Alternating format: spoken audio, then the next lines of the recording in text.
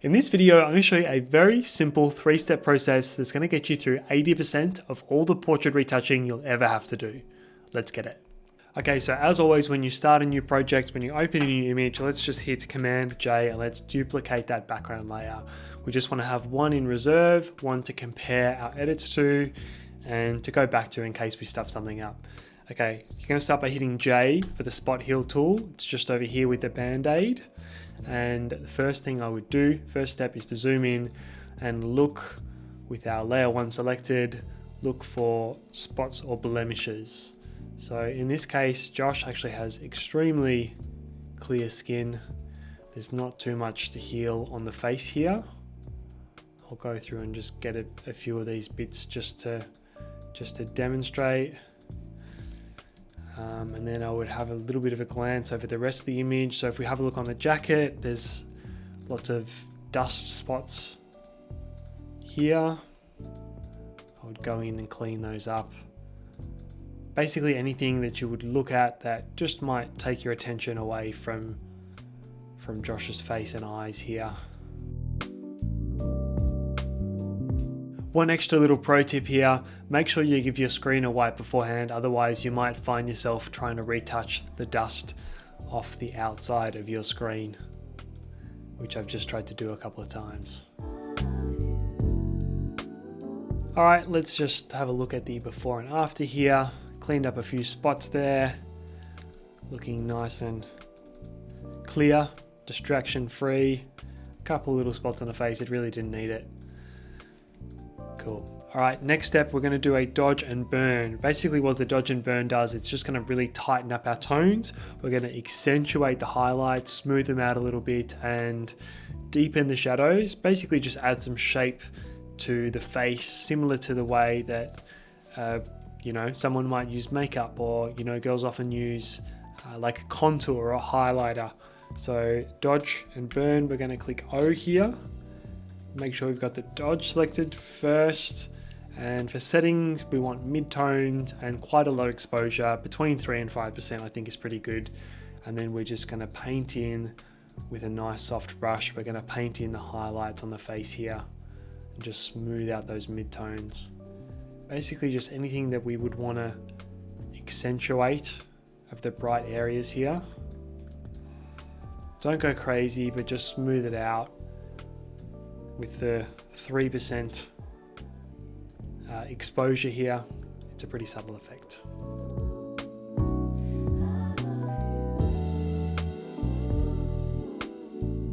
So you can even hit the hair, hit the beard, basically all the bits that are being picked up by the light here.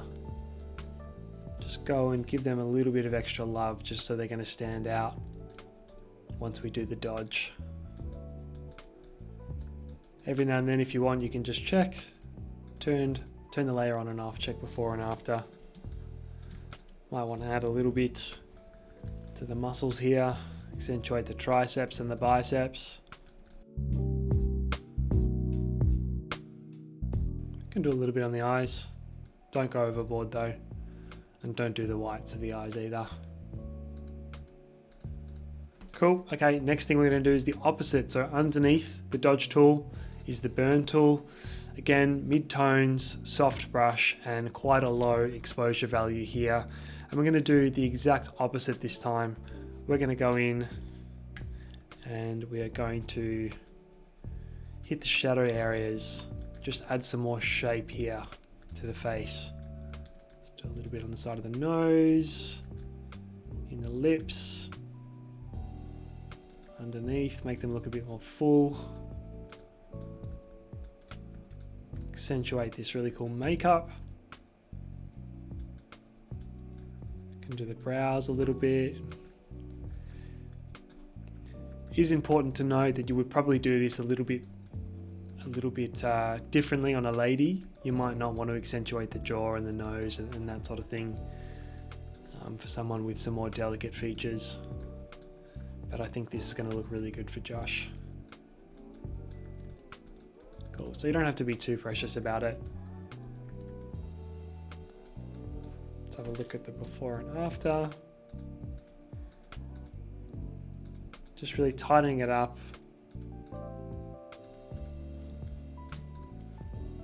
basically it makes our lighting look better than it actually was. Might just do a little more. Cool. All right, that's looking good. The last thing we're going to do is we're going to do a selective sharpen. So duplicate that layer again, Command J. We're going to go to Filter, Other, High Pass Filter, and in our little preview here, just grab an area that's got lots of detail and have a little bit of a play around until you can see that micro contrast just kind of poking through. So I think somewhere between 2 and 3 is really good. If you have a look here, the beard, the eyes, all those bits, you can see them coming through. They look nice and sharp. That's pretty good. Somewhere between 2 and 3. Let's hit OK. Then the next step, we're going to change the blend mode to soft light. And that has currently sharpened everything. If we turn it on and off. But we don't actually want to sharpen everything because a lot of the image is actually just space. A lot of the image is smooth areas and we don't need to introduce noise or micro contrast into those places. So now what we're going to do is with that layer selected, we're going to hold down Option, click on the layer mask, and it's going to make a new layer mask filled in with black. Then we're going to hit B for the brush tool. Sorry, just had to rearrange my panels. With the white brush here selected, the layer mask selected here with these denoted by these little angles, these little corners here. We're going to go in and we're going to paint in the areas that we want sharpened. So let's start with the hair. We definitely want to accentuate the texture of the hair. Let's do the beard. That's good. Let's do the eyes. Actually, let's get this whole area here with the glasses and the makeup as well. I think that looks really cool. Let's do the print on the t-shirt. Might want to get those folds on the jacket as well. Just add a little bit of extra contrast, a little bit of extra texture. And then, yeah, that's it. We're looking pretty good. Let's have a look at the before and after.